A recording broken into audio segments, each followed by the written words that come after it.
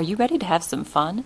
The landscape class was born out of the March Mystery class, where I asked the few brave artists willing to sign up for a course without knowing the topic what they would like to see. Did they say finger painting? No. But they did express an interest in forests, streams, water, and, this is the important part, ways to paint more loosely. Finger painting is definitely loose and a whole lot of fun. As you will see, it is a tactile experience where you will literally push the ink into your desired land formations. I recommend gloves, even for those like me who really don't care for them. My reference photo is this serpentine waterfall. I believe it is from New Brunswick.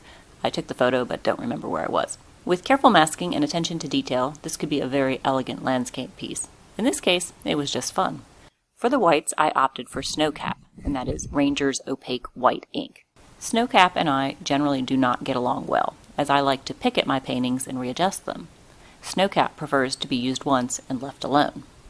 I have seen many fabulous water scenes in the beach courses with Snowcap, as well as lovely abstracts and snow scenes, so Snowcap can be a great asset, and I encourage you to experiment.